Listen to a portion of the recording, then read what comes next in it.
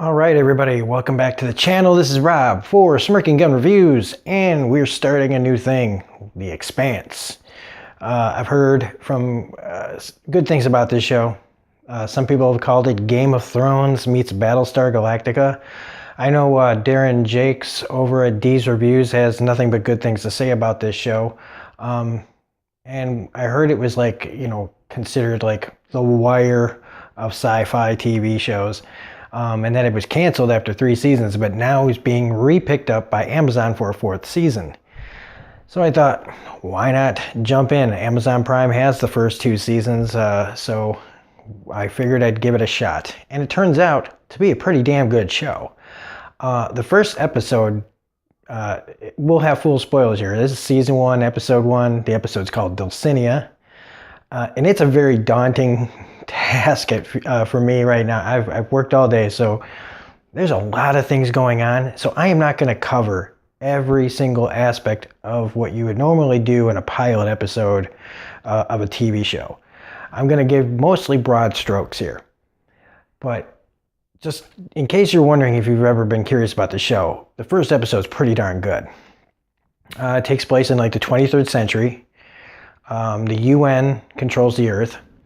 Mars is basically like its own military planet. Like, I guess that's crazy. Then you got basically everybody needs what they can get from the asteroid belt. So you have these people that they call belters who work the asteroid belt to get resources for everybody. There's a place called Ceres Station that needs these resources to keep it going. So it's basically like a big space station. And you got these people basically kind of like the people in Alien, the people who work for the corporation and that, how they're out there mining and stuff. It's kind of the same kind of deal where they go far out to get stuff that people need back like in Earth. So that's kind of the broad strokes of the main thing. We got some pretty good actors on this show. I especially liked that Thomas Jane's in this. I love Thomas Jane, whether he was in the good in The Punisher and in The Mist. I've always really liked that guy. Jay Hernandez is in this. The only thing I really know him from is from Hostel. He's all right. I mean, he's just a whatever. He's a pretty face. I'm gonna need a lot of help with this, so I have my tablet out. The one lady that's been in everything, she's got that really distinctive voice, the Indian actress, Shorey Agdashlu. I think I've said her name on something else before, and I probably butchered that name too. She's kind of like the UN character. Thomas Jane is Miller. He is like basically a cop on the station.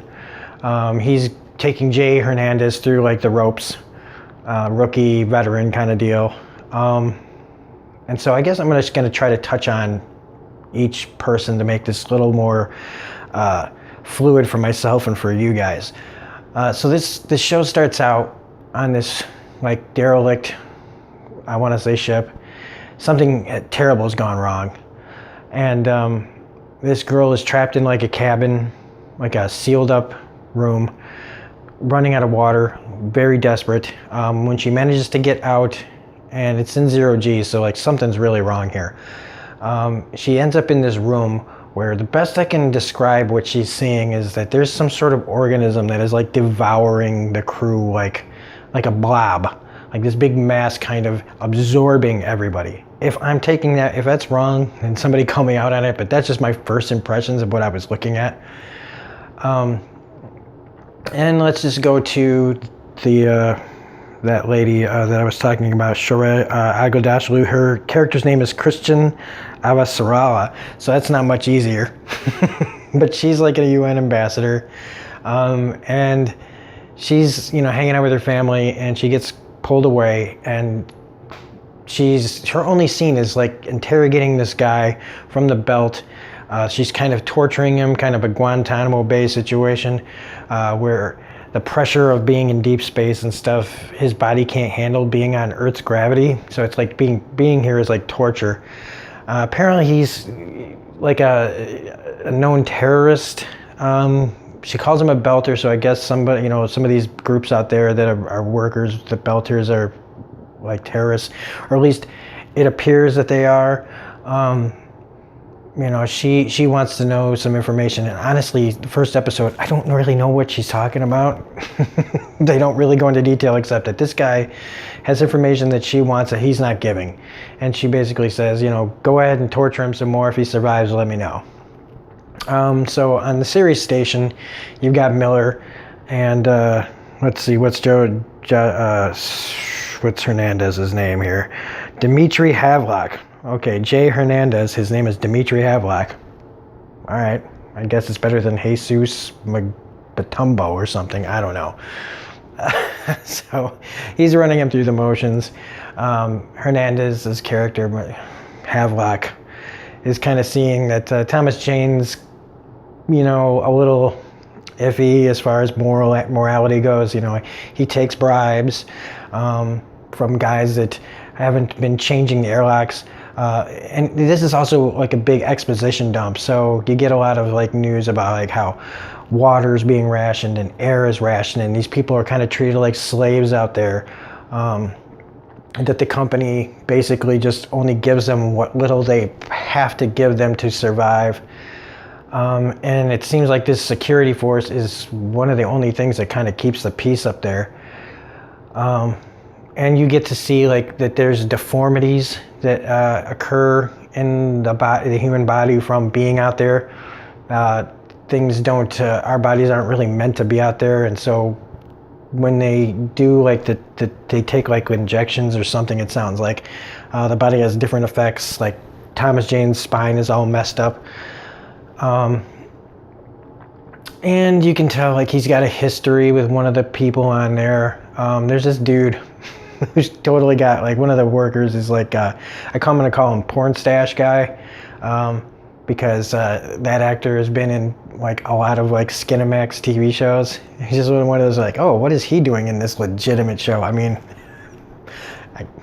he has every right to be in any kind of show. It's just, whatever. I gotta like not get off topic, but you do see that like Thomas Jane's Miller is a complex guy, but he's not a bad guy. It is like, nobody's really a hero or a villain yet.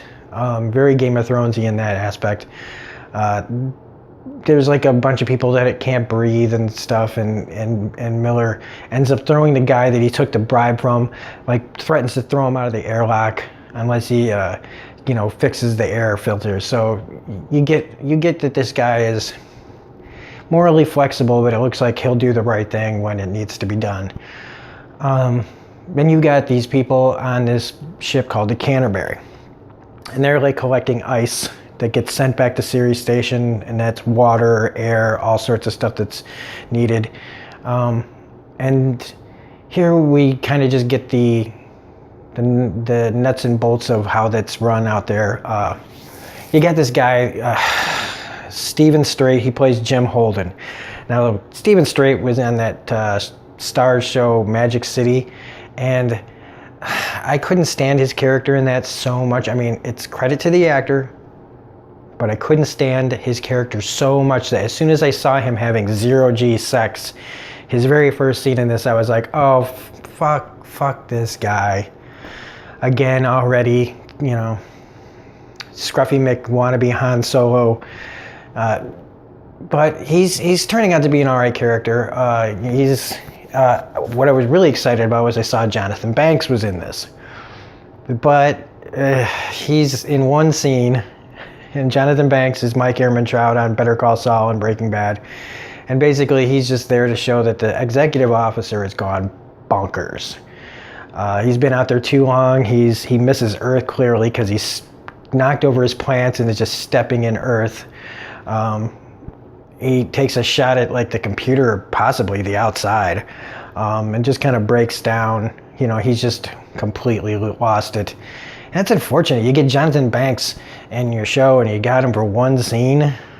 So, and I'm pretty sure it's only going to be the one scene unless they do flashbacks, because spoilers for later on in this episode, you're not going to probably see this guy again.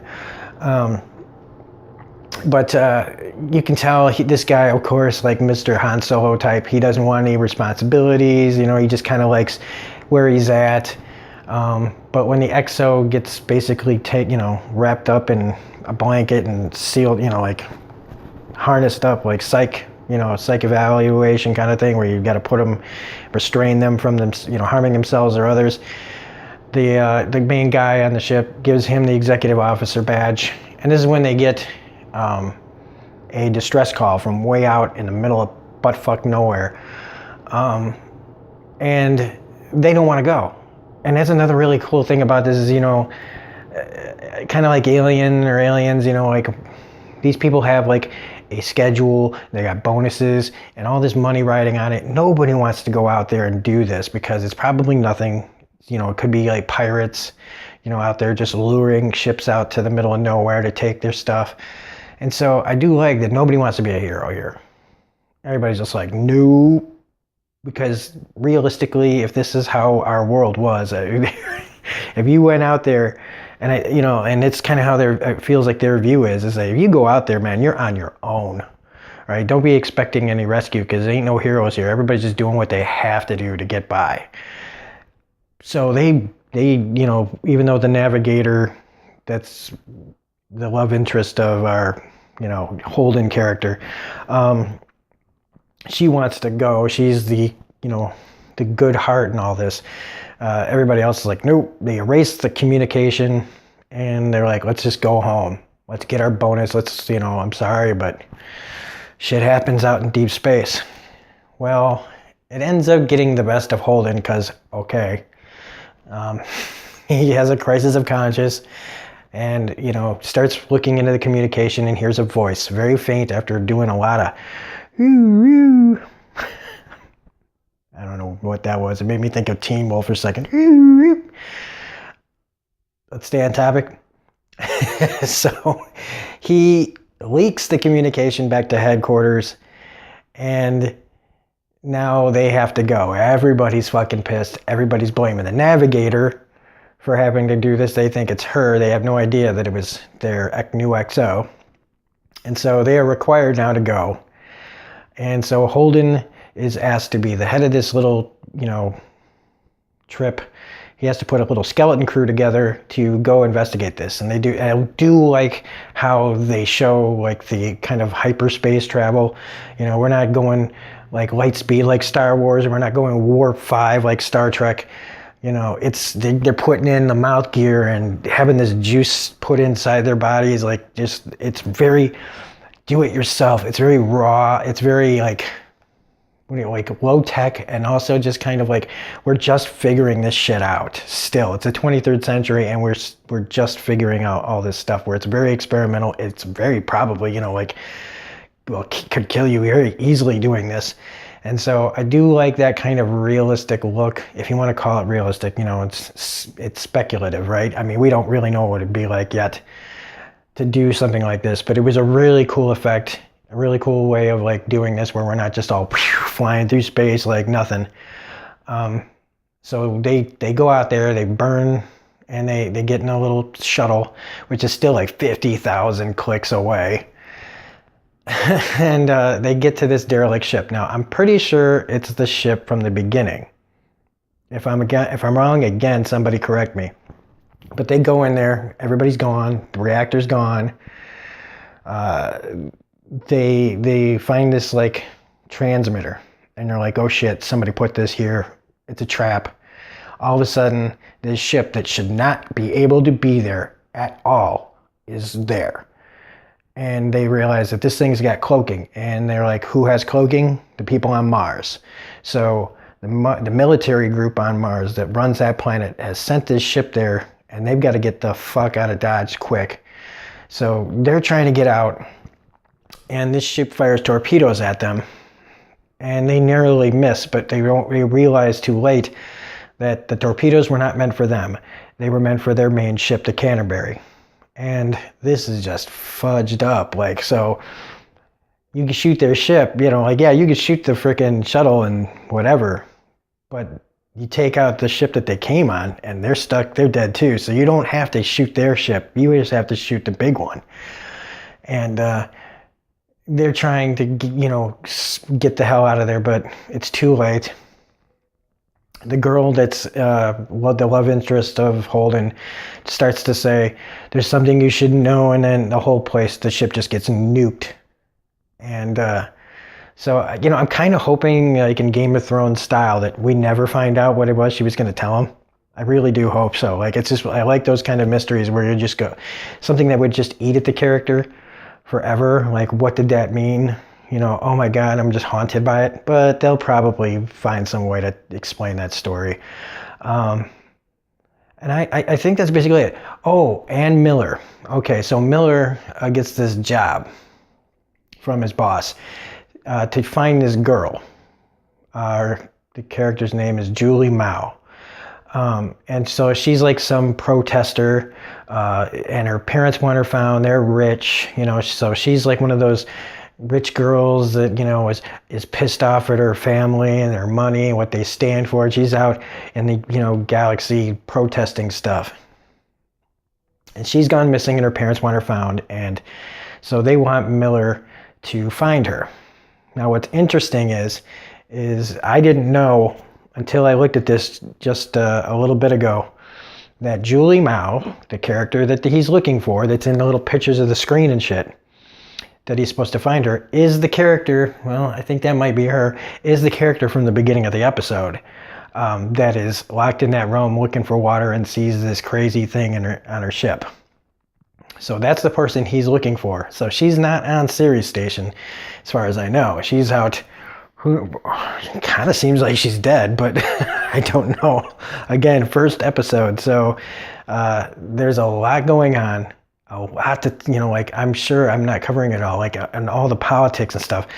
It is a daunting task, and I hope that as the episodes go on, it kind of becomes a little easier to follow everything, because they really throw a lot at you in this. And it is a little intimidating to try to figure out what's what. But that being said, it is pretty good. I like the whole, nobody's really a hero. Everybody's just doing what they have to do. People try to be good, but it kind of just seems like, the people are pretty morally flexible when they have to be in this situation. And that's a pretty interesting, and again, I like that this isn't Star Trek on a couple of ways, because I'm not a big Star Trek fan. But we're not dealing with aliens, we're not dealing with it's the 23rd century, but we're still just dealing with ourselves. The biggest danger still is ourselves, not, some weird race of alien, or, we're not going out there like Star Wars, where the whole galaxy is just this, fun place to, or however you look at it, that it's still a pretty grounded show. We're not looking at anything supernatural or, sci-fi fantasy type. This is pretty down to earth, and that's pretty cool. I wasn't sure about that. I thought it would be dull, but it's not. It's pretty darn good, and so I highly recommend watching it if you haven't. I'm not gonna do another episode today, because it's just been a long day, but I wanted to at least get this first episode out there today and see what people think of it. I will continue to do it as long as I find it good. If it gets bad later on, I'll probably stop watching, but I got a good feeling about this show. So anyway, that's it. If you like this video, please hit the like button, comment, share, subscribe, all that jazz. Hit the bell for any notifications. I got a ton of videos that, I got pretty much something for everybody. Like a lot of TV shows on here. So we got The American Season 6, The Man in the High Castle, Ozark, Orange is the New Black, Handmaid's Tale. We got tons of stuff on here. So if you're looking for something, you're probably going to find it on here. So anyway, this is Rob for Smirking Gun Reviews, wanting to say, anybody who watches this, I want to thank you for all the support that you give this channel. Comments and everything is always appreciated. And yeah, we will see you on the next video. Bye.